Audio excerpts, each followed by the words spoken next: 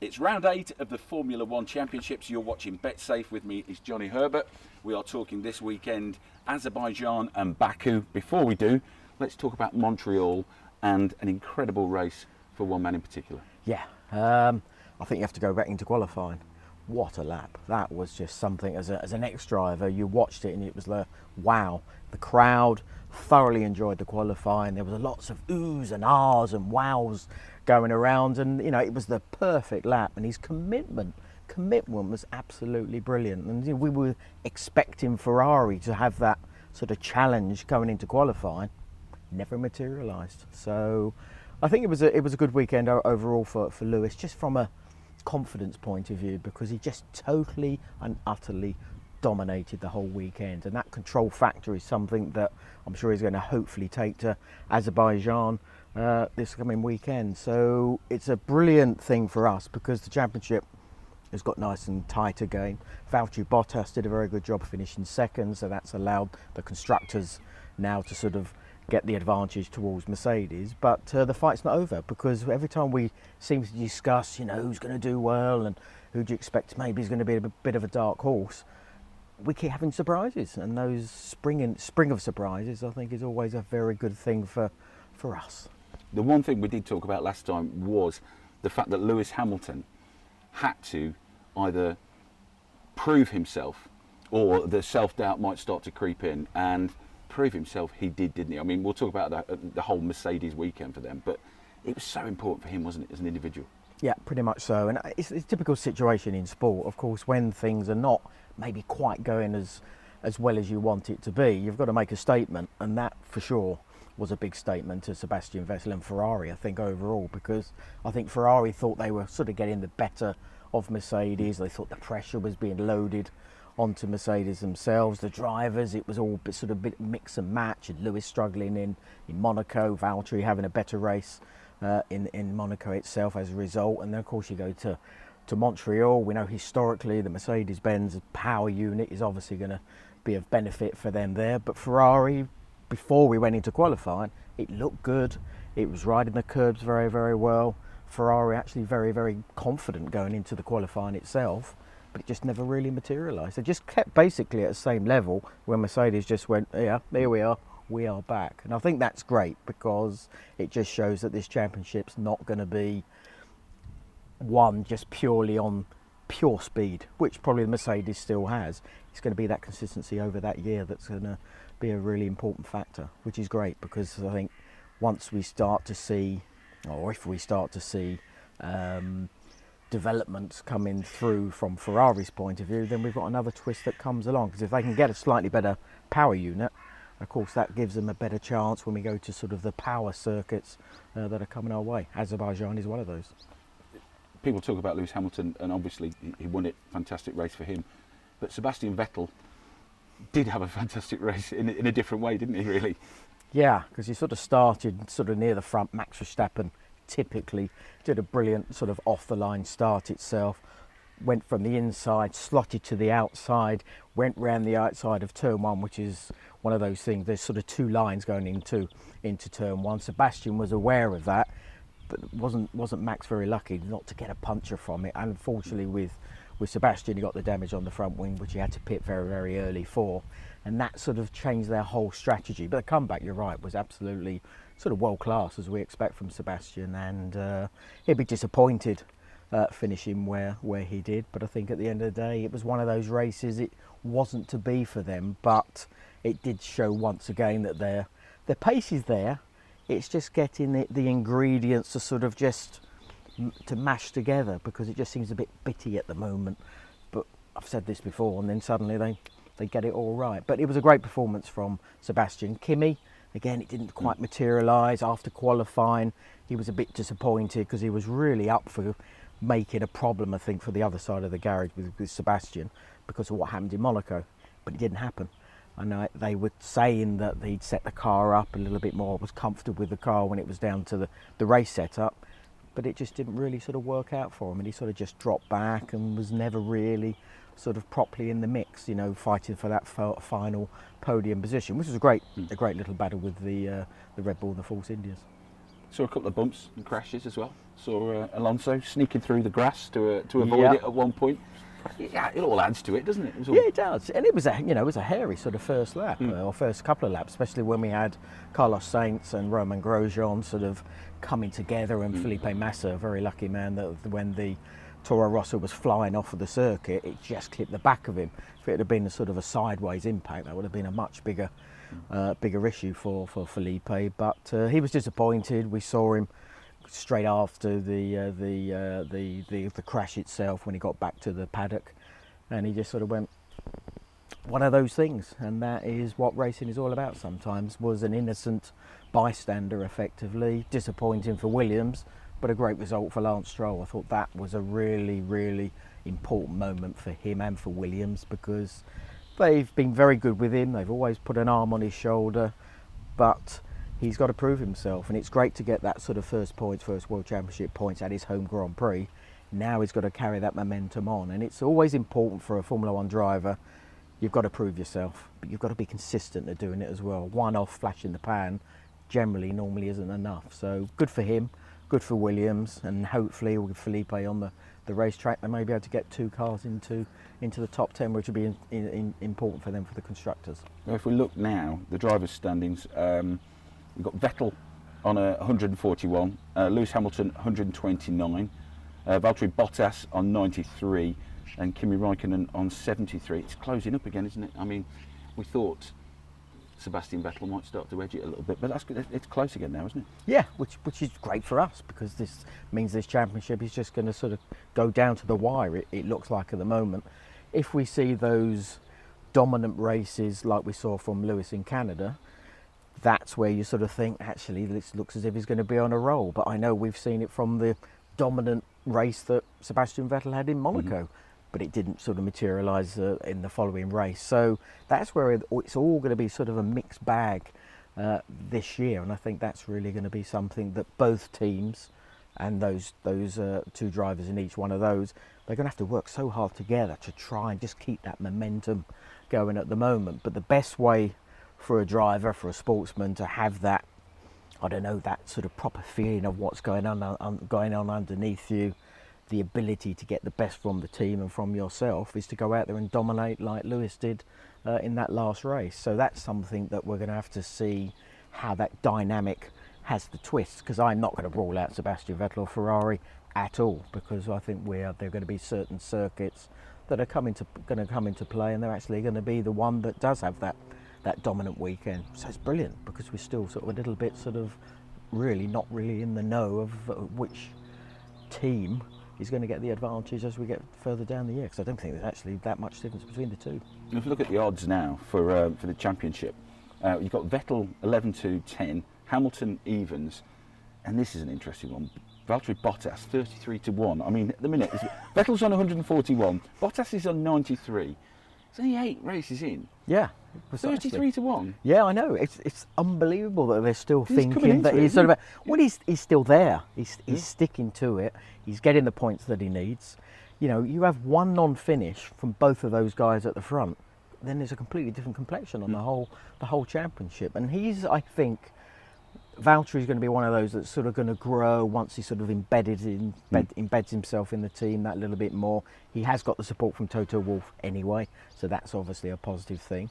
And if he just starts to do those sort of results like we saw in Monaco, where he beat Lewis quite easily, Russia, where he got his first win, same sort of issue that Lewis was having, those things are going to be a very important part for Lewis's championship, but they're going to be very good for Valtteri at the same time. Now, he can still become a problem for Sebastian and Lewis, you know, down the line. He's not out of it for sure, and to have those sort of odds, that's pretty amazing. Then it's worth a go, eh? At the constructors, as it stands, Mercedes in the lead, 222 to Ferrari 214, and the odds for that is Mercedes 5-11, Ferrari 2-1.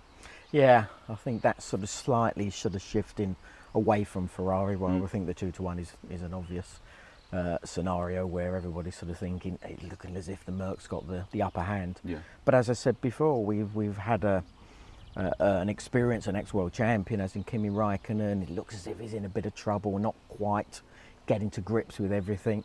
And then he did that, that sort of pole out of the blue, a big surprise to everybody. Didn't get the race win, and that's what he's got to do. And I think if that starts to happen, then those odds are going to start to sort of go back to sort of equal odds against each other, because the unpredictable side of it is going to come into play. So there's a long way to go, but you have to say, if you've got the two pairings, which one is the stronger pairing?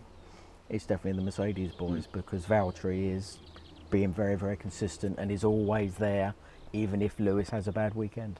And just before we go on to Baku, fair to mention 65th pole position for Lewis Hamilton. Amazing. Equaling Ayrton Senna. Yeah. I think the family handed in one of Ayrton Senna's old racing helmets, which is a lovely thing for Lewis Hamilton to have. But what an achievement as well. It is. It's amazing through his career how Lewis has just been able to just grab hold of a Formula One race car with a sort of close to 1,000 horsepower by the scruff of the neck, and then produce these special qualifying laps like we saw in Canada. That's what Ayrton Senna did.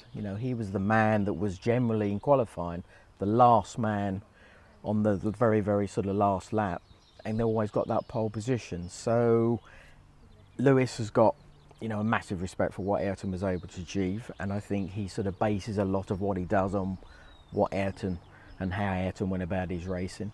And I think it was just wonderful for him. I think it was a lovely, lovely surprise for him when he was presented that helmet, because he was not expecting that, and he's very aware of sort of the numbers that he's sort of created in the race wins, but obviously with the pole positions. And he's only 3 behind Michael Schumacher, I think it is. It's 68, I think it is. So that's going to be something he's going to be aiming at that. But that's probably going to come this year. I think there's a good chance of that. But overall, lovely story. Perfect place for him, at a place that is more or less dominated in the sort of the last decade, I suppose, in Canada. But of course, we're going to another race where it's not been so nice to him in the past. Well, let's go to Baku then. Let's. Now, Sebastian Vettel, still 12 points in front of Lewis Hamilton. But as we said last time, it doesn't matter if Vettel wins or Lewis Hamilton wins. It's all about Lewis Hamilton. Do you know, for once, I'm asking Sebastian Vettel, come out and make some noise, say something, be a little bit controversial. You'd love him just to step out, wouldn't you, and just be a bit more... Yeah, well, it's something that look, he's definitely got to be a little bit more out there. As far as how he goes about that, the only way you can start to get a little bit, elbows out, sort of puckered chest and everything else, is to take control of the situation. And he's got control of the situation because he's in the lead, but he hasn't got control of actually what is going to happen when he goes into a race weekend, because there is still the unknown. Again, I always say, if you do sort of which one has got the raw pace, it's still the Mercedes. The Ferrari is very good, it's very consistent, it applies itself very well to the curbs like you need to have a car like you do in Canada, but it still hasn't got that proper pace that you need to sort of say, right, stamp my authority on it by just going out there and on the racetrack and doing the job. It can be done, as we saw in Monaco and races before, but you've still got to be able to do it in a consistent way. But it was the gap, I think, in Canada. That was the big thing. The gap was massive, and I did not expect that at all, because of the way the track is, long straights, sort of chicanes generally at the end of each long straight. There shouldn't be as big a gap, I think, as we got in Canada. You'd expect it down to the Red Bulls, but you didn't expect it with the difference with the Ferraris. I thought it was a dominant Lewis Hamilton, just on a perfect weekend where everything was sweet for him. And as far he was very consistent with his ability every time he got in the car to get the best from himself, but also from the cars. But yeah, you're right. It's something that Ferrari, with Sebastian, they've got to really dig deep and take control of this situation. But it's just going to be a very, very difficult thing for them to do. Well, one thing that does are on the side of their favour is Ferrari have the most wins here. We've got 7 wins. Yeah. So that's something. Schumacher has the most wins here, 6, and Lewis Hamilton has yet to win a European GP. Yeah. So if you're Ferrari, thinking, well, This could be the one. I think so. The only thing with a European Grand Prix in the past, when my last win was the European Grand Prix, which was in Nürburgring. And Nürburgring it's got a lot of chicanes, but they're quite long on the exits. The radiuses are very long on the exit. And when we go to Baku, Azerbaijan, the majority of the first part of the circuit, they're 90 degrees. Then you get to the very narrow, the wall is a little arch that sort of goes there where the old sort of city is. And then it starts to flow a little bit more. It's a little bit more open. Now that, to me, comes into play, I think, for the Ferraris. But the first part, I think, is the Mercedes. So also, we've seemed to be going to a track that is, you're going to split it in half. And I think you're going to get one strength for Mercedes in the early part. And then I think in the latter part, it's probably going to sort of favour the Ferrari. The only split let's split it into three.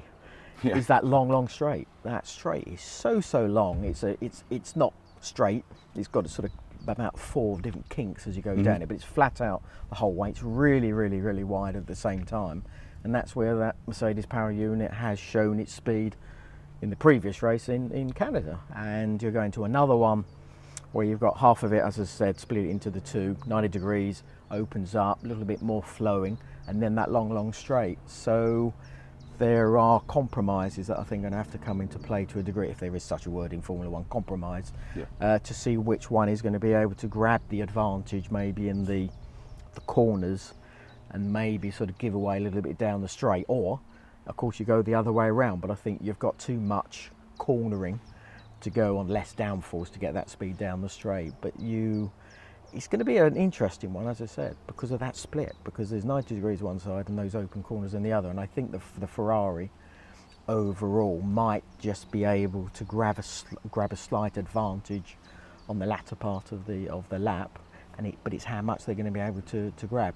So what they're going to have to do, when you're talking about Sebastian and Ferrari sort of upping their game and stamping authority, is to get that first part right. That is going to be key to them. If they're able to get those 90-degree corners to work for them, that will only sort of aid them, because they're going to be able to carry on that flow on the second part of the lap. So it's going to be fascinating to see. Lewis had his problems last year. Okay, that's something that won't happen this year with the radio communications, not being able to tell him what to do with the settings, if you remember last year. But he was basically slower than his teammate Nico Rosberg, who was eventually won the World Championship. So he's going to a track that he hasn't, let's say, dominated in the past, and we're in a situation where it's not his teammate per se that he's really fighting. It's the Ferrari's another team, so that dynamic is slightly different. But he's coming off such a dominant win at the same time. So Vettel has won here, though, hasn't he? He has. So he's got that over. Yep, Hamilton. exactly, and that's why I say that Lewis, hasn't had the sort of the best of Azerbaijan yet, and being beaten by his teammate last year. So that's something that we're going to have to wait and see if he can really bounce back in typical Lewis style. Can he? Yeah, damn right he can, and I think that's where it's going to be really good to see exactly what he's able to do. What'll be interesting is when you come out in free practice 1 and free practice 2, because if they come out with a big bang and they're basically at the front of the pack, that normally is a very, very good indication of how the weekend's going to be. And is there anything about this with its street circuit nature that it's similar to Monaco? Because if it is, again, Lewis Hamilton didn't do particularly well there, did he? No, but historically he's not bad. He's one of those. He's always right on the very, very edge. You need to do that in Baku, because the first part there is the circuit and then a barrier, so you can't make any mistakes. We had a lot of incidents on the run up to qualifying, especially up to the race. But when we got to the Sunday, all the incidents that we had beforehand on the Friday and the Saturday, nothing evaporated. Nothing turned up on the Sunday as far as mistakes by the drivers. So it's going to be a challenge, and it is a challenging circuit. It's got its width at the first part, and then it gets very, very narrow when you get to the old part of the city. And then it's the ability to just have a flow, and I think a flow is always an important thing. And when we look at what happened in the previous race in Canada, it looked as if Lewis was the man who had this sublime, flowing, feely, fast weekend. And I think it's just going to be, I think it's going to be sort of a positive for him, just because I think he's going to make sure and be very hungry to actually win that race, because he hasn't done it yet. So, on the spot, Johnny on the spot. Wow. Who's winning this one for you? I think I've just got to do it on momentum and the mindset that he definitely seemed to have had during Canada. The way he seemed to respond to the helmet, the Ayrton Senna helmet as well. I think that was something very, very special to get that sort of pole position equaling Ayrton. So I think that's going to be a strong thing for his mind. So I think he's going to carry that momentum through. And we know that Mercedes power unit should work there. We saw how quick Nico Rosberg was there last year, and I think he just wants to stamp his authority at this early part of the season to start to shift that pressure across the other way. You're not going to rule out Valtteri Bottas for sure. He's going to be very much in the mix at the same time. But yeah, I think Lewis. Yeah, I'm going to go for Lewis. Okay. Well, as you might imagine, Johnny and I are off now to get our Cossacks hats. Yep. In preparation for Azerbaijan. You can check out all the latest odds on betsafe.com, and remember, dance like a Cossack, and you've got to be in it to win it.